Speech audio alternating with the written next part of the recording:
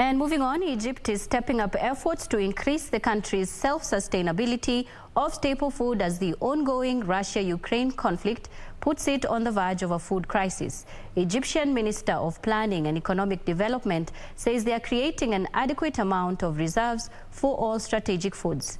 Here are the details of the story and much more from across the continent. Egypt is a major importer of food. About 80% of the country's wheat imports come from Russia and Ukraine. It also imports 98% of its vegetable oil needs, 70% of which come from the two countries. The Russia-Ukraine conflict shocked the global supply of strategic food items, making Egypt vulnerable. But luckily, the COVID-19 pandemic had made the country increase its reserves. Now it's trying to diversify its sources of food import. Egypt plans to increase its wheat production to cover up to 65% of its needs next year. The advanced irrigation techniques and the expansion in wheat cultivated land are expected to increase production from 9 million tons up to 14 million tons in 2023.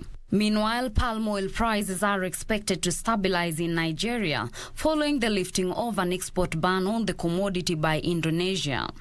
Nigeria's demand for palm oil is about 3 million metric tons annually, and its local production capacity is at an average of 1.4 million metric tons. The nation spends around $500 million annually on importing palm oil to meet demand, and the export ban by Indonesia disrupted supply and led to a spike in price. Economists say it may take a while before prices stabilize, and Nigeria would have to ramp up production to tap into global palm oil value chain. Finally, Tunisia's tourism industry is gradually recovering as passenger numbers rise with the easing of COVID-19 travel restrictions.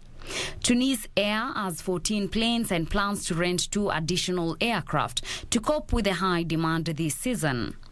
Passenger air traffic in Tunisian airports saw a surge in the first quarter of 2022, with passenger numbers surpassing the 1.2 million passengers who traveled to and from the country in the first quarter of last year. Aircraft movements doubled in the period to cope with the increased passenger numbers. Tunisian authorities are optimistic that the recovery will continue throughout the year, bringing a much-needed boost to the country's flagging economy.